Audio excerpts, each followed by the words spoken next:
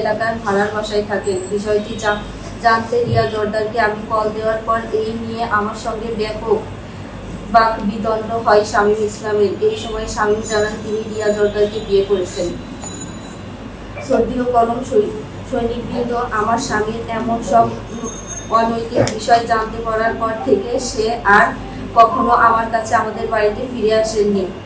থাকেন প্রতারণা সহ অসংখ্য মামলার আসামি, অনৈতিক কর্ম ও মাদক ব্যবসার সঙ্গে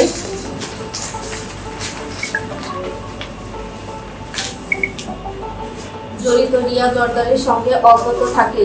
পলাতক রিয়া জর্দারের সকল অপকর্ম এবং প্রতারণার কর্মে সহযোগিতা করেন এই শামীম ইসলাম। প্রিয় জাতির বিবেক, আপনাদের সমীপে জানাচ্ছি যে আমার ঘর ভেঙে দেয়া রিয়া জর্দারের সব অপকর্মের সহযোগী, একাধিক বিয়ে, প্রতারণা ও শামীম ইসলামের বিচারের দাবিতে বাংলাদেশ পুলিশের মহাপরিদর্শকের কাছে চিঠি দেই। তা তদন্তাধীন আদালতে আমার দায়ের করা 3টি মামলাও বিচারাধীন। তার বিরুদ্ধে উত্থাপিত অভিযোগ প্রাথমিকভাবে প্রমাণিত হওয়ায় তাকে পুলিশের চাকরি থেকে সাময়িক বরখাস্ত করা হয়েছে। আমি আপনাদের সম্মুখে আমার ঘর ভেঙে দেয়া রিয়া জর্দারের বিষয়ে কিছু তথ্য উপস্থাপন করছি।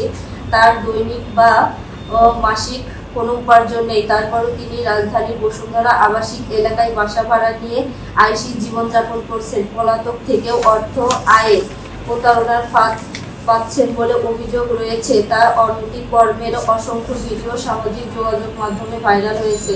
শ্রীপুর থানার সাবেক ওসি জব্বার ইসলামের সঙ্গে তার অনৈতিক সম্পর্ক তোলপাড় ছিল মাগুরা। রিয়া জর্দারের বিরুদ্ধে যাত্রাবাড়ি থানায় গাঁজা বহনের মামলা, শ্রীপুর থানায় প্রতারণার মামলা, ভাটারা থানায় অসংখ্য অভিযোগ রয়েছে। আমি এখন রিয়া জর্দার এবং শামীম ইসলামের মৃত্যুতে আতঙ্কিত, জীবন নিয়ে শঙ্কিত। আমি দেশের বর্তমান প্রধান উপদেষ্টা, স্বরাষ্ট্র উপদেষ্টা এবং আইন শৃঙ্খলা বাহিনীর কাছে আমার জীবনের নিরাপত্তা দেওয়ার দাবি জানাচ্ছি। একই সঙ্গে রিয়া জর্দার ও শামীম ইসলামের বিরুদ্ধে উত্থাপিত সকল অভিযোগের তদন্তপূর্বক কঠোর আইনগত ব্যবস্থা গ্রহণের দাবি জানাচ্ছি।